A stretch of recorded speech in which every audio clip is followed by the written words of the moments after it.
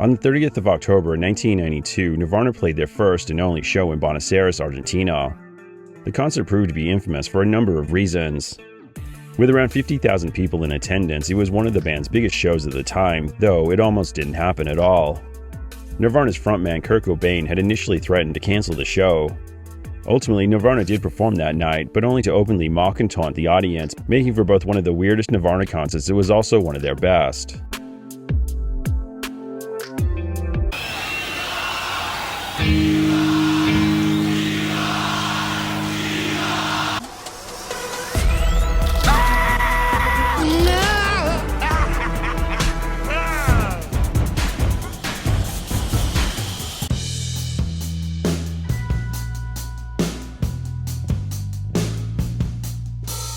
Prior to Nirvana's set, Cobain had witnessed firsthand the abuse their hand-picked opening act had received. Cobain was so incensed that he considered canceling the show, but he was warned that he could get everyone involved in the concert entangled in various legal problems for breaking a contract if he did that. So, rather than not perform, Cobain and the rest of the band made the decision to instead sabotage the show in a variety of ways. Cobain's memories of the show were later detailed in the 2004 book Nirvana: The Chosen Rejects.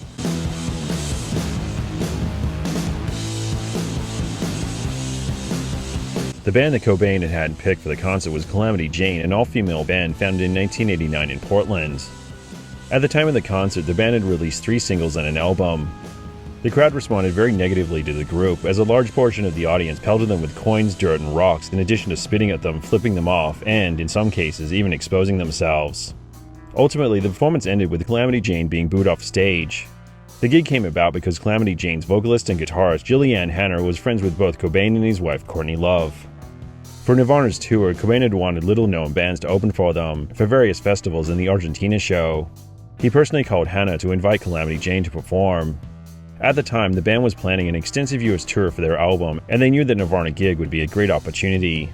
Calamity Jane would play 2 support slots with Nirvana while promoting their 1991 album Martha Jane Cannery, one in Portland and the other in Buenos Aires.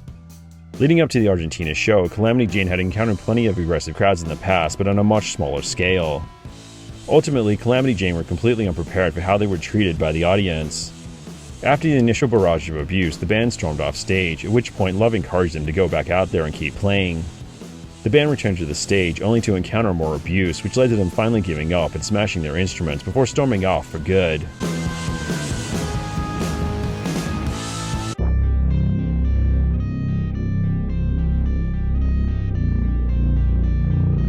Over the course of their performance, Nirvana played 21 songs. They played 10 of the 13 tracks from their second album, 1991's Nevermind. The rest of the set was made up of songs from Nirvana's first album, 1989's Bleach, and songs that would later end up on their Incesticide album, a compilation consisting of Nirvana's 1990 non-album single Sliver, B-sides, demos, outtakes, cover songs, and radio broadcast recordings, which would be released a couple of months later in December 1992. While this kind of setlist would be a treat for hardcore Nirvana fans, it was a fitting punishment for the Argentine audience for their disrespect to Calamity Jane by playing mostly rare songs when the crowd clearly only wanted to hear the hits. Although Nevermind was Nirvana's second album, Bleach was largely unknown due to limited distribution from their former label Sub Pop. The album had been re-released by the record label at the time, Geffen Records, in August 1992, though the album was nowhere near as successful as Nevermind. Additionally, at the time of the concert, MTV, the medium largely responsible for disseminating Nirvana's music at the time, wasn't even airing in Argentina, as the channel wouldn't launch there until October 1993. So, the vast majority of the audience would have only been familiar with the Nevermind album, or, in some cases, only the singles they'd heard on the radio. Basically, the majority of the audience would have been there to hear the hits. Yet, most of the set would have been a complete mystery with a sound that was distinctly different to what they had expected.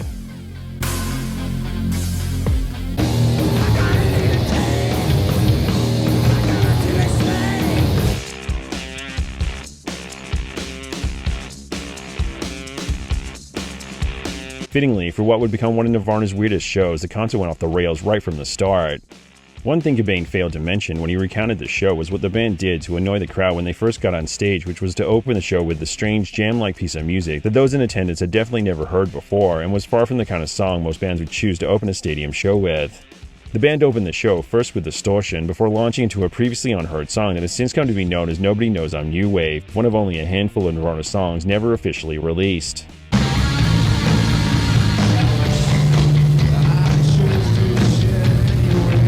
There's debate if it's actually a song or just an impromptu jam.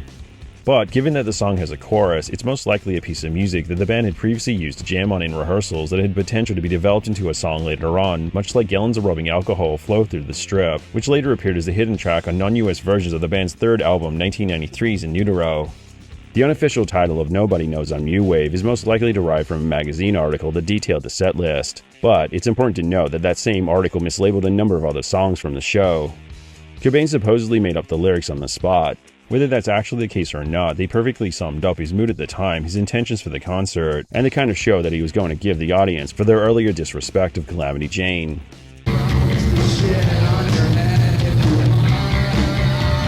As of September 2023, this is the only known time that the song was ever played live.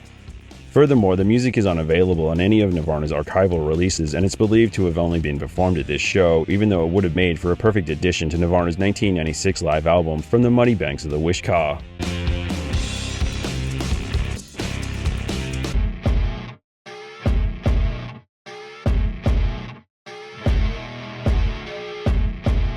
Although Nirvana played 10 of the 13 songs from the Nevermind album, they never played the one song that the audience wanted to hear, the lead single from the album, Smells Like Teen Spirit.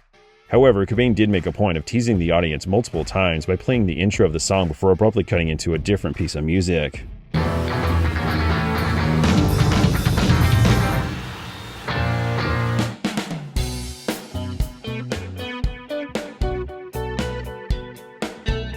Although Nirvana played the majority of the Nevermind album, they didn't exactly perform the songs well. Typical to Nirvana's performances, the live versions of the songs were much rougher than the polished studio versions throughout the show. And this was definitely the case when it came to the album's second single, Come As You Are, released in March 1992, which would have been one song after Smells Like Teen Spirit that the audience wanted to hear. Well aware of this, Cobain intentionally ruined the first verse and chorus.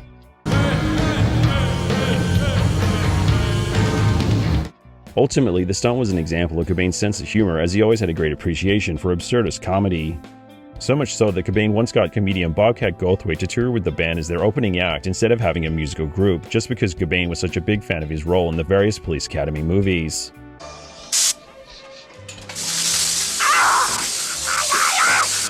I would get hit with everything. Like, they would throw M80s and they'd blow up by my head, and they would get, once they successfully tossed the teenager out of the pit and it hit me, my knees buckled and there's this kid on the floor and he just runs off like a crab.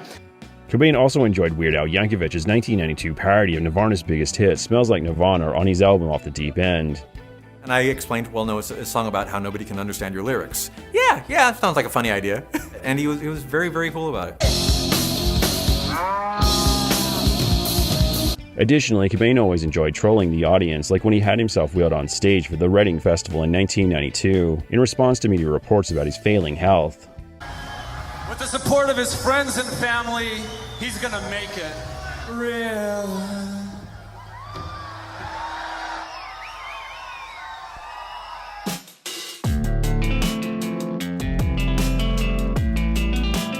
Typically, when it came to lyrics for a song, Cobain was more concerned about the melody of the words than he was them having any deep meaning, at least in the early years of his songwriting.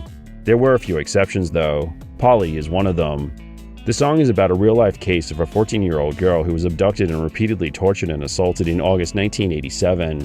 Shortly after the song's release, as part of Nevermind, another girl was assaulted while her attacker sung the lyrics to Polly. In response, Cobain wrote about the incident in the liner notes of Incesticide, condemning the attackers, and lamenting the fact that people like that were in his audience. With this in mind, Nirvana typically always performed the stark, somber Nevermind version of the song out of respect for the subject matter. However, there were occasions when they would try something different, like in November 1991 when they recorded a new wave version of the song that would later appear on Incesticide.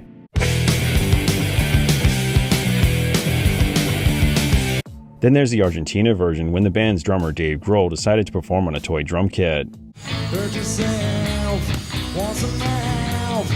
Do a drum solo. This is our encore.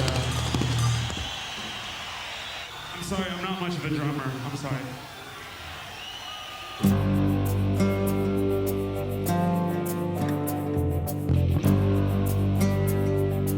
Beyond Smells Like Teen Spirit, the other two songs that Nirvana didn't perform during the concert were Stay Away and Something in the Way. While Stay Away is a decent upbeat pop song, it's not surprising that the band wouldn't necessarily play it live on any night, given their extensive back catalog. As for Something in the Way, however, the audience missed out on a haunting performance. Although the album version of the song is a soft acoustic piece, much like the version the band performed in November 1993 for the MTV Unplugged in New York.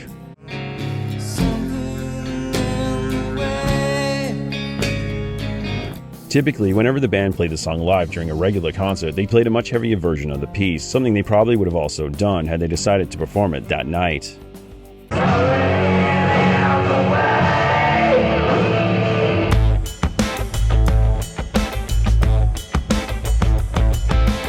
Although Nirvana sabotaged their show, they did treat the audience to some truly rare and remarkable moments.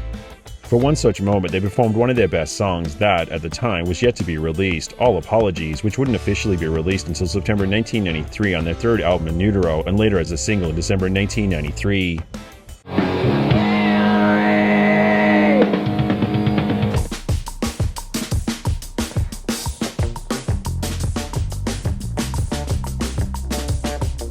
Early in Cobain's songwriting, he always had a great sense of melody, chord progression, and writing catchy choruses. Still, he was also highly experimental with how exactly he wanted Nirvana's music to sound. The song Beeswax is one of Nirvana's most experimental songs from Cobain's early years, mixing multiple genres and sound overlaid with seemingly nonsensical lyrics and a pop-infused melody with a catchy chorus.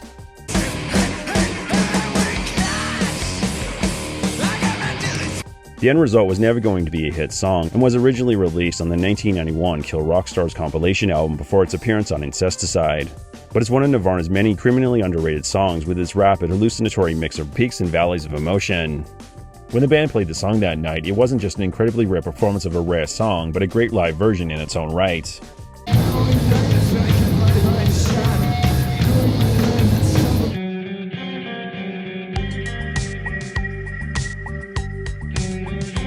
Much like they would for most shows, Nirvana finished out the performance by trashing their equipment. But not before playing the song Endless Nameless, the hidden track from Nevermind, buried approximately 10 minutes after the last official song on the album. Although the song has a structure, it's made up largely of a montage of noise that was captured after a failed attempt at recording the future Nevermind single Lithium. Whenever the song was performed live, Endless Nameless was usually the last played in the set, as the band members typically destroyed their instruments over the course of the song. Fittingly, given the circumstances of the show, the performance of the song that night in Argentina served as a catharsis.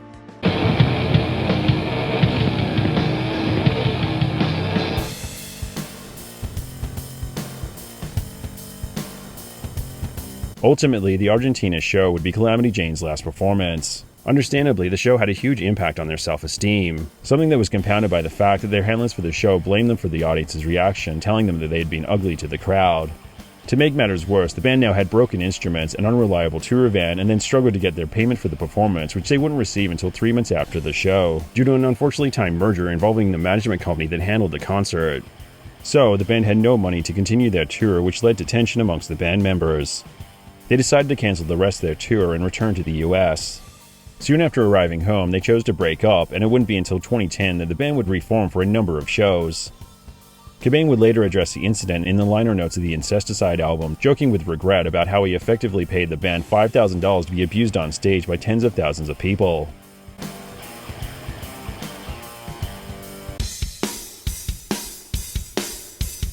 When Nirvana made the In Utero album, they made a dramatic shift in the style of music that they played with a sound very different to that of Nevermind. This is because Cobain was actively trying to lose fans. We were going to put out a record that would completely, ruin our reputation, and only a few thousand people from every city would show up. While that did indeed happen, the distinct sound of the album actually exposed their music to a new audience and, ultimately, made them more popular. Instead of scaring away fans, In Utero entered the charts at #1. In much the same way, Nirvana's Argentina show had a similar outcome. While Cobain achieved his goal of frustrating the portion of the crowd that were there just to hear the band's hit songs performed correctly, the concert, with its rare songs and strange iconic performances, made it something that would have been a true treat for any hardcore fan that preferred the band's less popular songs. No true Nirvana fan familiar with the band's stage presence, their back catalog, and their sense of humor would consider this a bad show. Honestly, the only way they could have possibly made this even better, other than including Something in the Way, would have been if they dug even deeper into their obscure songs, such as Clean Up Before She Comes and Creation, both of which were written long before Grohl joined the band and performed updated versions of them. Ultimately, typical to Nirvana, even when they tried to sabotage something, they just made things even better.